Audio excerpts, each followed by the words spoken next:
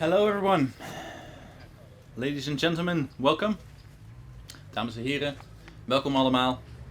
Panie I panowie, witam. We're back at our original time of 5 o'clock.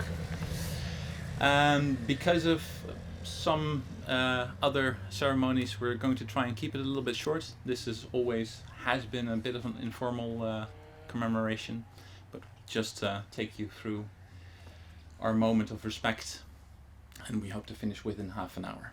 I'm very glad to see you all. Many familiar faces, but also many new ones too.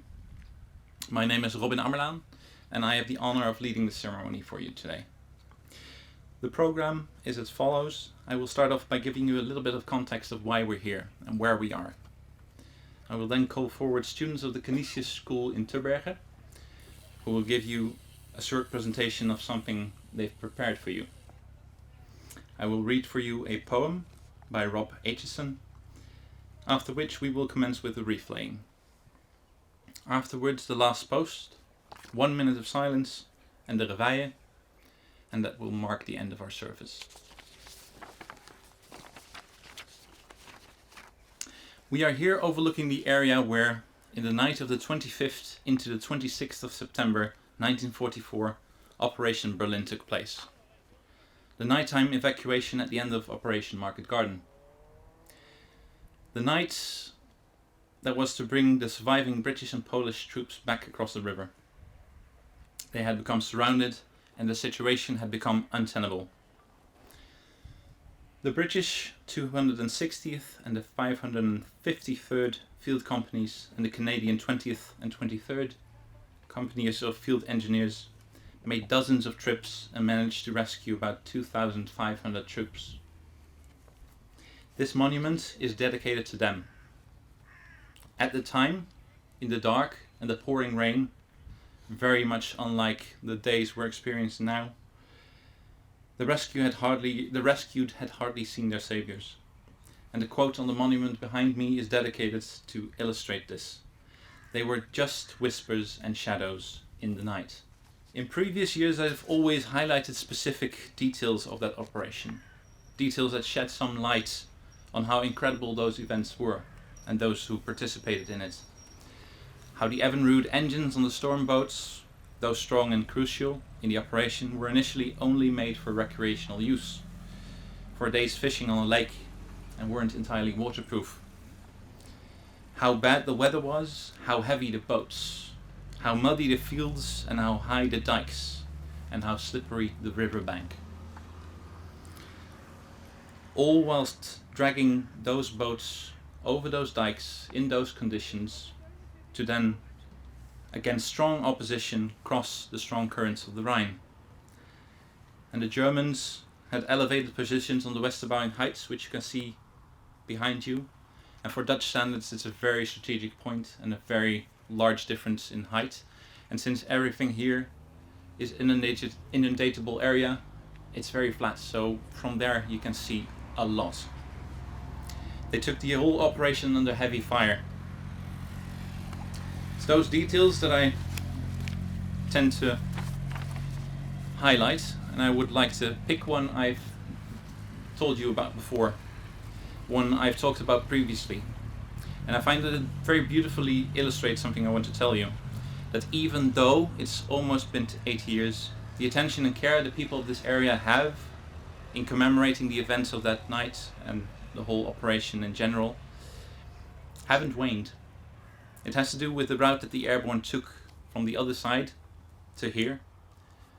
Firstly, from where they were towards the river, and in order to guide everyone to the edge of the water in the black of night, the troops had marked out a route through the forest and into the floodplain, leading from the perimeter around the grounds of Hartenstein to the north bank of the lower Rhine. Here the engineers were waiting to ferry them across to where we are now at this exact spot. The route was marked by white fabric, reclaimed from parachutes, a lifeline in the dark and rain-filled night. It is now possible to walk this route, as volunteers have laid out the symbolic walking route called the White Ribbon Mile. The route, again marked by white fabric, is made accessible in the month of September, and locals, schools and visitors are all involved. A silent march at the end of this month marks the end of it. And previously, when I talked about this, I had expressed my sincerest hope that it would become a yearly event. And since 2019 it has been. People care, and people continue to care. You see these events, new monuments, new ways of remembering pop up everywhere. Not just as a sort of natural follow-up of the remembrances that have been on the past, but as new ideas as well. Like I said, people care and continue to care. Those who live here and those who come to visit. Of the men that lost their lives during the crossing, some were carried off miles downriver and are also buried far from here. And I'd like again to tell you about the operation or the sort of commemoration that is being taken by the Arnhem Riders to include those individuals as well, those who are buried far off. The Arnhem Riders are a group of motorcyclists, mostly ex-para, many of them engineers, and they ride along the various cemeteries, marked or unmarked graves, municipal or officials, and lay flowers on them. Many come over especially for this occasion, and this year will be the 10th consecutive year that the riders visit those graves. So thank you, my friends. Through position and circumstance, the majority of the crossings were carried out by the 23rd Field Company of Royal Canadian Engineers. They lost 7 men that night. They are Lieutenant Martin, who is buried at the Canadian War Cemetery in Holten, Lance Corporal Ryan, buried at the Civilian Cemetery in Renen, Sapper Hope, buried in the Civilian Cemetery in Renen, Sapper Magnussen, buried at the Civilian Cemetery in Gorinchem, Sapper Thompson, buried at the Canadian War Cemetery in Groesbeek, Sapper Roherty, location unknown, but he's mentioned on the Commonwealth War Graves, the Canadian War Cemetery in Groesbeek on the memorial, and Sapper McKee, who is buried at the Airborne Cemetery in Oosterbeek. Every year, students of the Canisius College or the Canisius School in Tubbergen research the life of one of these men and make a small biography. I would like to call forward Alisa and Marie to give you a short telling about Daniel Ryan. I would also like to highlight that the Canisius School in Tubbergen has always been involved, but this time it's also very much in the spirit of the UC, and the UC signifies the European Youth Conference, commemorating across borders, and it is an international youth conference in the commemoration of the Battle of Arnhem. So, Alisa and Marie. Good evening. This is Madi Terhar, a student from Canisius Secondary School in Almelo, the Netherlands, and my name is Alisa Ivanova, as students from the Josef Effner Gymnasium in Dachau in Germany. In preparation for our speech today, we have looked into the life story of Canadian Lance Corporal Ryan, one of the gallant engineers who helped evacuate the men of the 1st Airborne Division on this very spot. By investigating his service record, we can share with you today our findings and are grateful to have this opportunity to do so with you now. Daniel Ryan, officially Daniel William Ryan, was born on the 17th of September 1916 in Sydney Mines in Nova Scotia, Canada. He grew up in a Roman Catholic family with his mother Margaret, his father John William, and his brother John Wilfred. Daniel left school at the age of just 12. He was a healthy man who continued to work as a bricklayer before enlisting in the army on the 13th of August 1940. In his spare time, he liked to play hockey. During his military service, he spent 3 years working in Canada and 1 year in the UK, before being sent to northeastern Europe, where he served for only 2 months as a Lance Corporal for the Royal Canadian Engineers, from July 1944 to September 1944. During his service, his religion remained important to him, and it is for this reason that he would always take a rosary with him. On the night of the 25th to the 26th of September 1944, Ryan and his fellow comrades were assigned the mission to evacuate survivors of the 1st British Airborne Division by stormboat from the north bank of the river Niederrhein, just west of Arnhem. The first stormboat to leave the south bank from where the RCE was operating was commanded by Lieutenant Martin. On board were his fellow crew members Magnuson, Roerty, and Ryan. The second and third boat were commanded by Corporal McLachlan and Corporal Smith. An eyewitness of the RCE describes the situation in the following way. I was present at the launching of the crafts and strained my eyes and ears to catch sight and sound of them returning. Corporal McLachlan's boat returned, and whilst he was up unloading, I heard the engine of another boat approaching in the distance. It stopped. Corporal McLachlan's boat pulled off for a second trip, and I caught sight of another boat, which I am sure was a storm boat, drifting downstream a little more than halfway across the river. Some mortar bombs fell across the river, and it looked as if one made a direct hit on the drifting boat I had been watching. I strained my eyes but could not catch sight of the boat thereafter and presumed that it had suffered a direct hit. The 3 RCE stormboats were the only ones they had on the water at that time.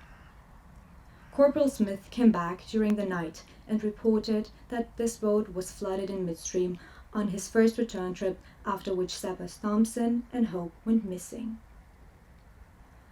Other crews were sent out to look for Lieutenant Martin's boat, but they did not succeed.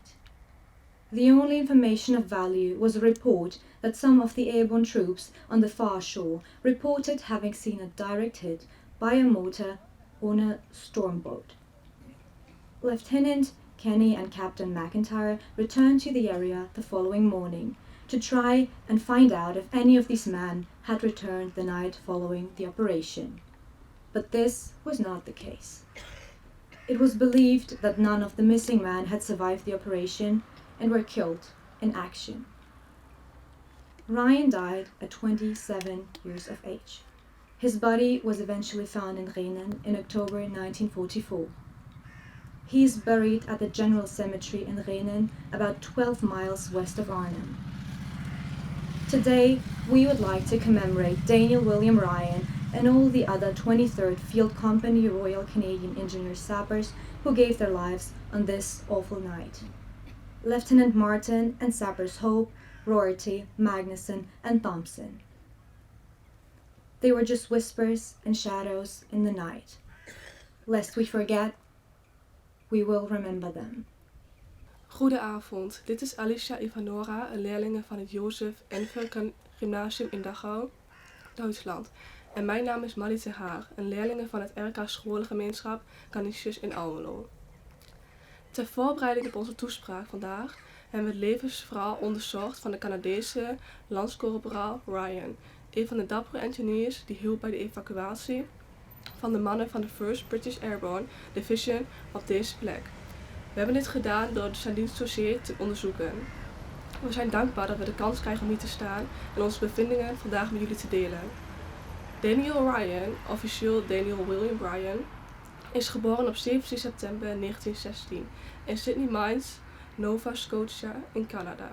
Hij groeide op in een Rooms-Katholiek gezin met zijn moeder Margaret, zijn vader John William en zijn broer John Wilfred. Daniel verliet school toen hij slechts 12 jaar oud was. Hij was een gezonde man die als metselaar ging werken voordat hij op 13 augustus 1940 in het leger ging. In zijn vrije tijd speelde hij graag hockey. Tijdens zijn militaire dienst werkte hij 3 jaar in Canada, 1 jaar in Engeland, voordat hij naar Noordwest-Europa werd gestuurd waar hij slechts 2 maanden in dienst was als landscorporaal voor de Royal Canadian Engineers van juli 1944 tot september 1944. Tijdens zijn dienst bleef het geloof erg belangrijk voor hem. Om deze reden droeg hij altijd de Rozenkrans bij zich. In de nacht van 25 op 26 september 1944 kregen Ryan en zijn kameraden de missie toegewezen om de overlevenden van de 1st British Airborne Division per stoomboot te evacueren vanaf de noordelijke oever van de Nederrijn, net ten westen van Arnhem. De eerste stoomboot die de zuidelijke oever verliet, waarna de RCE opereerde, stond onder bevel van luitenant Martin. Aan boord waren zijn bemanningsleden Magnuson, Roerty en Ryan. De tweede en derde boot stonden onder het commando van Corporal McLachlan en Corporal Smith. Een ooggetuige van de RCE beschreef de situatie op de volgende manier. Ik was aanwezig bij de tewaterlating van de boten en hield mijn ogen en oren gespitst om het geluid te kunnen horen van hun terugkeer. De boot van Corporal McLagan keerde terug terwijl hij lossen was. We hoorden in de verte de motor van een andere boot naderen. Het stopte. De boot van Corporal McLagan vertrok voor de tweede tocht en ik zag een andere boot, waarvan ik niet zeker wist of het een stoomboot was. Stroomafwaarts drijven iets meer dan halverwege de rivier.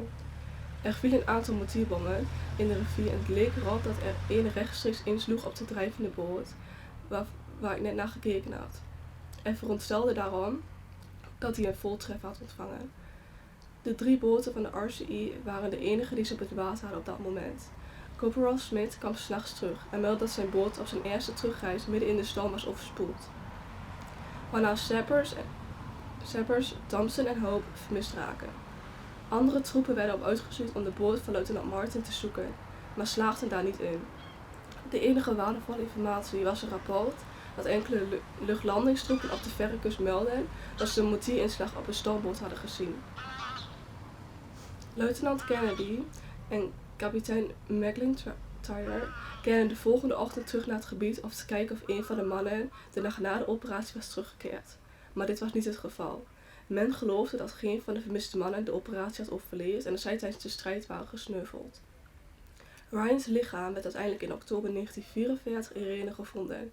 Hij werd begraven op een algemene begraafplaats in Renen, ongeveer 25 kilometer ten westen van Arnhem. Vandaag willen we Daniel, William Ryan en alle andere soldaten van de 23rd Field Company Royal Canadian Engineers herdenken die hun leven gaven in deze verschrikkelijke nacht. Luitenant Martin en Sappers Hope, Rorty, Magnuson en Thompson. They were just whispers and shadows in the night. Lest we forget, we will remember them.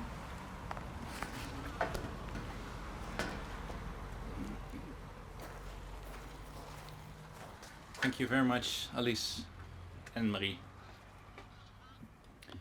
My Longest Day by Rob Aitchison.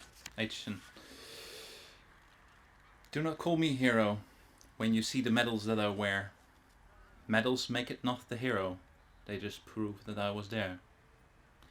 Do not call me hero, now that I am old and grey. I left a lad, returned a man, they stole my youth that day. Do not call me hero, when we ran the wall of hill.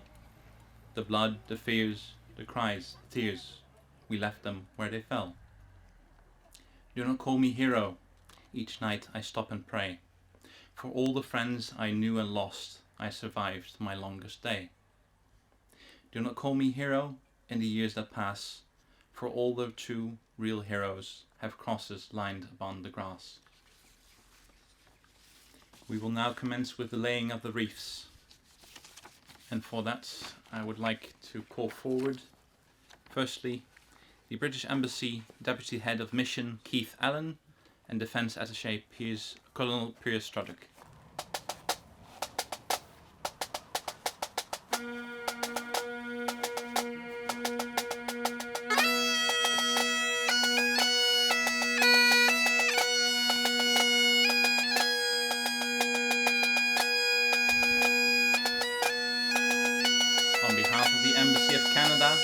Chargé d'Affaires Mr. Adam Barbolet and Assistant to the Canadian Defence Attaché Surgeon Nicole Mitchell.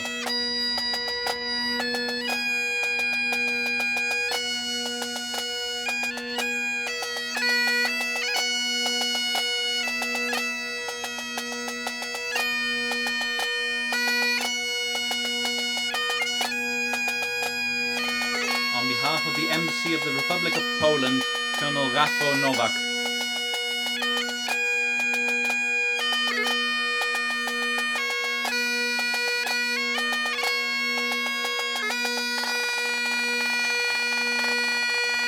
On behalf of the Parachute Regiment, Major General Ranald Munro and Major Adam Jowett.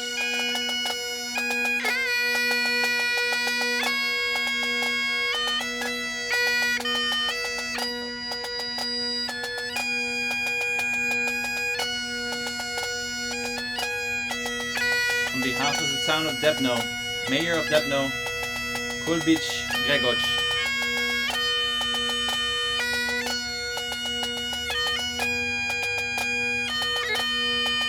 On behalf of the Royal Canadian Legion Branch 005, Toon van Bussel and Danny Murphy.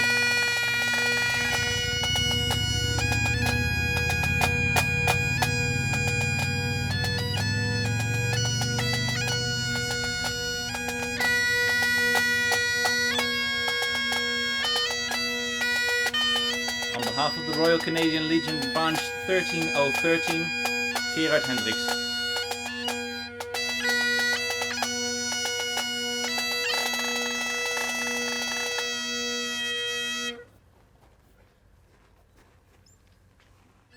On behalf of the Royal British Legion Holland Branch, Roy Shorthouse.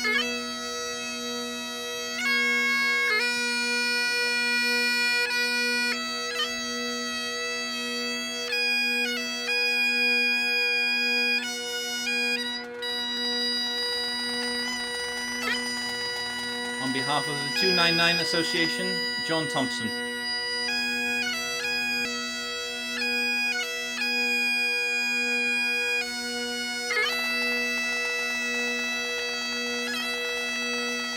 On behalf of the Airborne Museum, Chairman of the Supervisory Board, Fred de Graaf.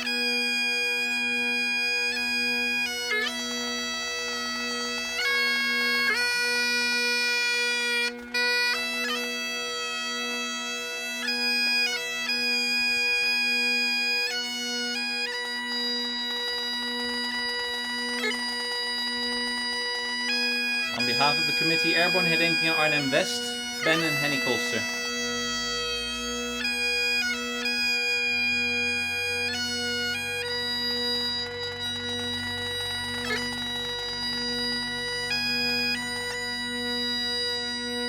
On behalf of the 21st Independent Parachute Company, Andrew Mullis.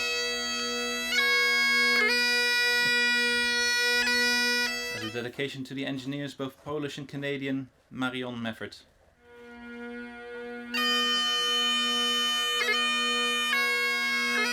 On behalf of the Market Garden Foundation, Frans Ammerlaan.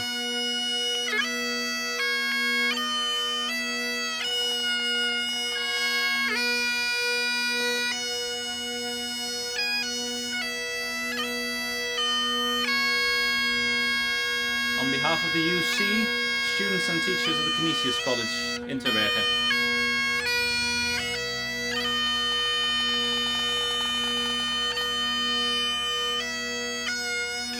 On behalf of the Airborne Engineers Association, Philip Taylor.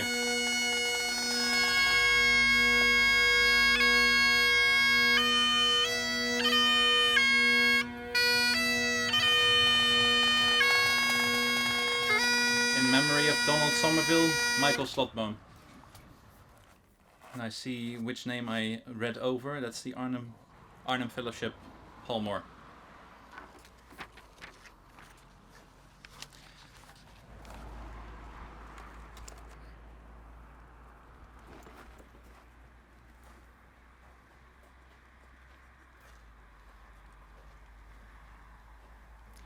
Before we lay down the stormboat, if there's anyone we might have missed, anyone who brought something on their behalf and would like to lay something down, now would be the time. Otherwise, I would like to call forward Alice van Beckham to lay down a flower arrangement symbolizing a stormboat with a rose for each of the fallen.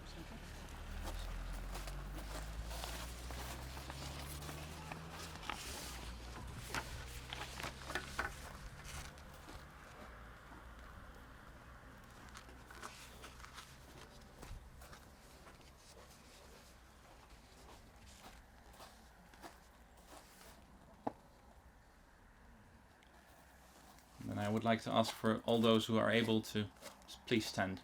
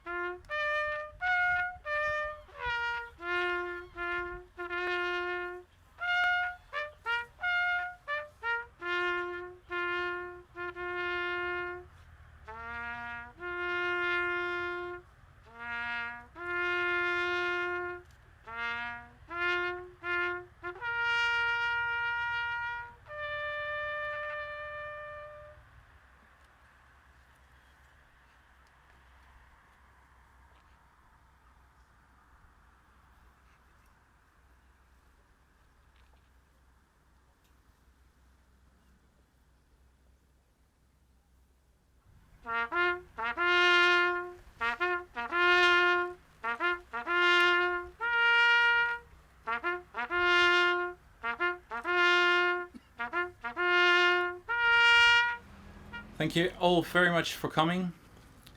Please be seated if you want, but I can understand if some of you are in a rush to get back. I have a few more words. I would like to thank Gerrit Gijbels and Gerbrand on pipes and drums, both engineers themselves in the Dutch Army. Berry van Brakel, our bugler. Thanks to all of those who founded the monument and have cared for it over the years. Thank you for everyone who entrusted me in carrying on this service, also Henk Duinhoven, my predecessor. And on a small note, I see a lot of Polish scouts up there and maybe other people from Poland. We have a few copies of the Polish Roll of Honor that you could take home with you. So afterwards, if you'd like to come up and take one, please do. It's very standard to put this in a speech, but thank you all for coming, and I mean this in the most sincere way. Thank you all for being here, and I hope to see you very much again another time, maybe next year. Thank you all.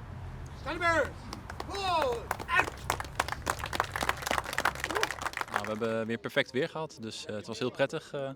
Opkomst was mooi. Er waren ook heel veel Poolse cadets. Dus een beetje de boodschap die we in de ceremonie ook vaak proberen aan te dragen, dat het nog steeds actief herinnerd wordt en dat het blijft groeien. Dat zag je heel mooi. Wel aardig goed. Wat zou u de jonge mensen mee willen geven? Dat het besef van je geschiedenis heel belangrijk is. En ook als je kijkt naar de politiek en de wereld, dat dingen nog steeds echt heel fout gaan. En dat ook niet heel erg lang geleden is dat hier een hele hoop gebeurd is.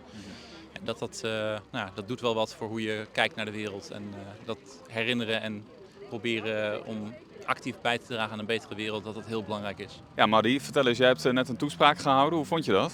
Ik vond het een hele indrukwekkende ervaring. Je krijgt die kans natuurlijk maar 1 keer en dan op deze leeftijd voor zo'n publiek te spreken op zo'n belangrijke dag. Ja. Is echt wel heel indrukwekkend om dat zo te doen. Ja, want hoe heb je je voorbereid? Ik begreep dus dat je er helemaal in bent gedoken in dit verhaal. Hoeveel tijd heb je eraan besteed? Ik ben met het meisje van Duitsland zijn dienstdossier gaan bekijken. Dus alle papieren eigenlijk van hem. Zijn we eigenlijk gewoon helemaal door gaan kijken. Alle belangrijke punten hebben onderstreept. En daar hebben we eigenlijk een lopende speech van gemaakt. En hebben we samen gedaan met onze begeleider die met ons mee is bij UC, Daisy. En op een gegeven moment hebben we dat toen geschreven, geoefend. En nu staan we hier. Ja, nu heeft uw vader ook een krans gelegd. Hoe is dat dan om hem zo te zien? Ja, dat is heel goed. Hij heeft namelijk ook heel vaak heel veel hooi op zijn vork. En alleen een krans leggen, dat is wat minder belastend. Dus dat is wel heel fijn. Sta je hier volgend jaar dan weer? Denk het niet. Maar ik hoop dat want wij gaan volgend jaar niet meer met UC mee. Maar misschien, ik zou zeker als ik de kans krijg om hier weer te staan volgend jaar, om mee te zijn bij de herdenkingen, zou ik er zeker staan.